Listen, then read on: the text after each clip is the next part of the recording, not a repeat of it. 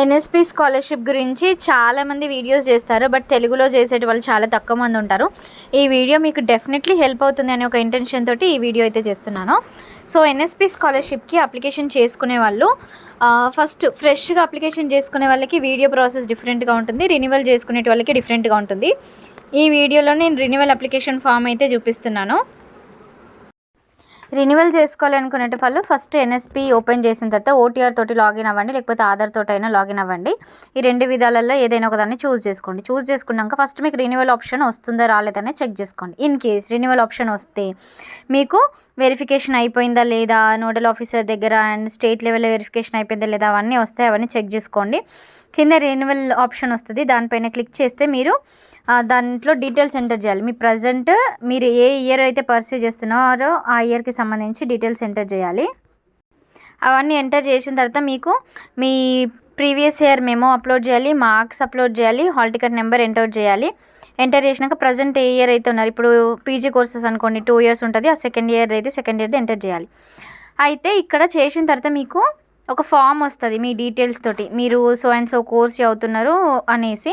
అప్పుడు కింద ఈ రెండు చాలా important, signature of the nodal officer, signature of the head of the institution. మీ డిపార్ట్మెంట్కి ఒక హెచ్ఓడి ఉంటారు కదా, ఆ హెచ్ఓడి తోటి సిగ్నేచర్ చేయించుకోవాలి. వాళ్ళ నేమ్ ఏంటి, వాళ్ళ డెసిగ్నేషన్ ఏంటి, and name of the nodal officer, me nodal officer ఎవరైతే ఉంటారో వాళ్ళతోటి కూడా సైన్ చేయించుకొని సిగ్నేచర్ చేయించుకోవాలి.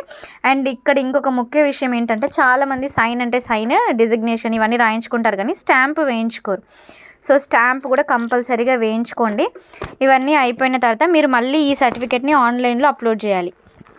అప్లోడ్ చేసినాక మీకు ఇంకొక ఫామ్ వస్తుంది. ఆ వచ్చిన ఇంకొక ఫామ్ పైన కూడా మళ్ళీ HOD signature, nodal officer signature చేయించుకోవాల్సి ఉంటుంది. ఇవి రెండు సిగ్నేచర్స్ అయిపోయినాక ప్రతి కాలేజ్కి ఒక స్కాలర్షిప్ డిపార్ట్మెంట్ ఉంటుంది కదా, ఆ స్కాలర్షిప్ డిపార్ట్మెంట్ దగ్గర వీటిని సబ్మిట్ చేయాలి. వీటితో పాటు మీరు ఆన్లైన్లో ఇంకేదైనా certificate like marks sheet memo కానీ ఏదైనా అప్లోడ్ చేసి ఉంటే దాన్ని కూడా ఇక్కడ అప్లోడ్ అయితే చేయాల్సి ఉంటుంది. సో ఈ విధంగా మీరు చేస్తే సరిపోతుంది. ఇక్కడ చూడండి, scanned copy of marks memo last passed and joining come verification for UG PGC అని ఉంది కదా. జాయినింగ్ కమ్ వెరిఫికేషన్ అంటే బోనఫైడ్ కింద కాలేజ్ వాళ్ళు అయితే ఇస్తారు.